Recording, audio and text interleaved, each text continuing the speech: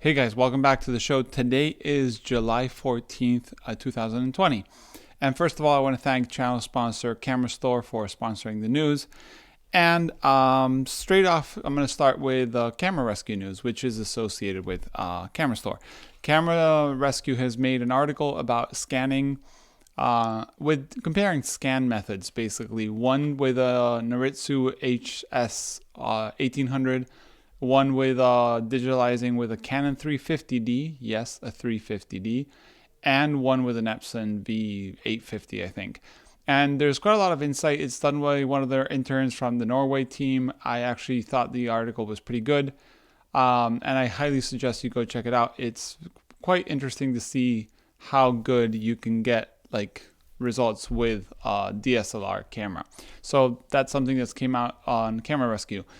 Then they also have done a new survey for the 2020 Safe Camera, campaign. And there's a survey you can take online. It takes around maybe 5 to 10 minutes to fill in, and it really helps the community know where there's spare parts, where there's knowledge, where there's cameras, and so on. And this is not for the greater good of Camera Rescue in any way. They're just trying to collect all the information, then they let it all open for anyone to know where there is these things and make results available to everyone. So it doesn't take much to give them information about different countries. Even if you're in South America or Asia or anywhere, it helps bring the community together, because we all know that we are having cameras in the market that are getting older, less parts, less knowledge how to fix them. So I highly suggest you go check it out. Last time he did this was 2017, I think. And he had a great service from, I think, over 70 countries. So just go check it out. It doesn't hurt much. Then, one of the things that I mentioned in the last news, or the ones previously, is all about Kodak Alaris and what's happening with their chemical division, paper division, and so on. So I was just on the phone with Kodak Alaris just a couple hours ago. And I have to say that I can't say much yet because there's nothing official yet. But everything's going well, and I will be having the official statement very soon.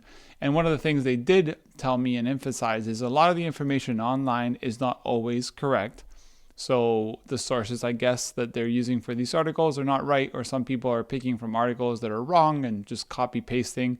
And this is all very clickbaity and very cool. But so far, nothing is to worry, as in what's happening with the film industry, chemical industry, paper industry, with Kodak Alaris and Kodak. So just so you know, I won't spread any more information about this till I have the official statement, which will be coming soon. And I'll make a whole special video on that when it comes. Then I want to remind everybody that you want to support this show and hear me talk more about news and help me do more of this on an everyday basis, special news, special things like that. Patreon is a great way to do it. For everyone that's joined Patreon, thank you so much. Past and present Patreons. And also, if you feel like it, it's $2 to $3 if you want. You can unsubscribe anytime you feel like it, and it really helps this show a lot. Then we have other news from Kodak and in the film department. Freestyle has made a special offer on Ektachrome 8x10. So slide film 8x10 from Kodak. I already mentioned that Keith Canham, who does the special orders, was coming out with an order, but it looks like Freestyle is going to have some in stock. So if you feel like buying it directly from a store and not pre-ordering, you can go check it out at Freestyle. Then we have a Ferrania update talking about film. Ferrania has finally come out with their final solution to the Kickstarter campaign after all these years. And basically what they're going to do is every single backer that put money towards their Kickstarter is going to get store credit. So first step is you basically have to sign in to the store with your email that you use for your Kickstarter, and they will contact you to let you know that it's worked. Then the second step is they'll give you credit of your full amount that you pledged. I'm guessing if you didn't change your pledge for P30 film, but I'm not sure about that one. And then later down the road, you can always use that credit whenever you want. That credit won't expire. Then in that same email news letter that they made is the fact that they're actually already coating 120 film. So they're coating the master rolls to cut them into the 120 pancakes and then convert them to 120 film. So that's super exciting. We're going to get P30 and 35 already, and we're like, I have somewhere here on the table there. And we're going to be getting the 120 later this year. On the worst news is the fact that they haven't been able to finalize the automatization of the P30 and 35 millimeter or 135. So that will take a little longer, probably till the beginning of 2021, as far as I read on their news. And also that the color development for now is, we've already agreed that color is not coming anytime soon from Ferrania, and they will be starting to do more color investigation and so on. Later date, probably end of this year, start of the next year. So you can go check it out. You can read all about this on their website. I'm just stating what I remember from reading it before. Then last week, I think I mentioned Adox is coming out with or hinting 35 millimeter film again. As you know, Adox has had some problems with supply of 35 millimeter film and 120 film. Well, CHS is soon coming to the market in 35 millimeter film. Actually, they even reached out to me. They're going to send me a couple samples so I can make a little video for you guys. So you can check that out in the future. Then let me check what else do we have. Negative Lab Pro Beta 2.2. As we all know, Negative Lab Pro has become one of the most popular plugins to digitize and convert your film scans. And now you can go to the Facebook group and you can download the beta to install in your Windows or Mac machine. There's a lot of new color engine and so on.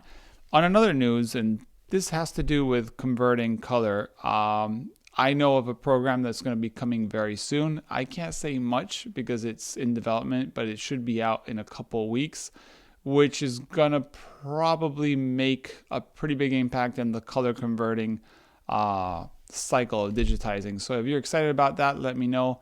Maybe I'll see if the company can do a newsletter or a mail, thing so you guys can link, and when it comes out, you can try it out. I've seen it in action and it's amazing. So I'm very excited to talk about it properly very soon. Yeah, that's about it about that. Then Chroma Camera has been showing off a 5x7 adapter for their cameras, which basically would screw on the back and let you shoot 5x7 film. So looks like 5x7 film is going to be the size of 2020. Then we have Stenopeika with a new Hyper 8x10 camera Mark II. That's a mouthful. Stenopeika, Italian camera manufacturer, is making these entry-level 8x10 cameras, and this is Mark II, which has some improvements. I checked out the video. He made a video too. I'll leave the link below. Also on the 8x10 world, Chamonix, the Chinese camera manufacturer, has or is going to be launching the Alpinist 8x10 convertible camera. The Alpinist camera was a very specific only portrait or only landscape ultra lightweight 8x10. Actually, so far as I know, it's the lightest 8x10 camera at 2.4 kilos, a little bit more, just under Intrepid's 8x10. But of course, it's not cheap or entry level as the Intrepid camera. But now the Alpinist will be coming out as a convertible camera, so you can change from portrait to landscape, and it will be at 2.9 kilos, which is mind blowing. And the price will be around $4,700. You can go check it out at the website, and I'll leave a link to the social media of Chamonix cameras because they work with me. So if you want to help the channel, you can check it out if you're interested in buying a camera like this. But yeah, very cool to see this Alpinist 8x10 convertible. And I was forgetting the most important news. The news are going to be 150 episode next week. I'll be doing a special covering the history of the news and the why of the news. So if you're in for a longer version of the news next week, you will have probably around 10 to 15 minute video on the news and a bit of history about it all. I'm very excited that I've done this for 150 shows, 149 this week. To everyone that supported this channel through comments, likes, shares, information, Patreon, and sponsors. So thank you so much for that. And yeah, as always, you can leave any information, you can send any information to the link below. Thanks for watching, guys. See you in the next one. Bye.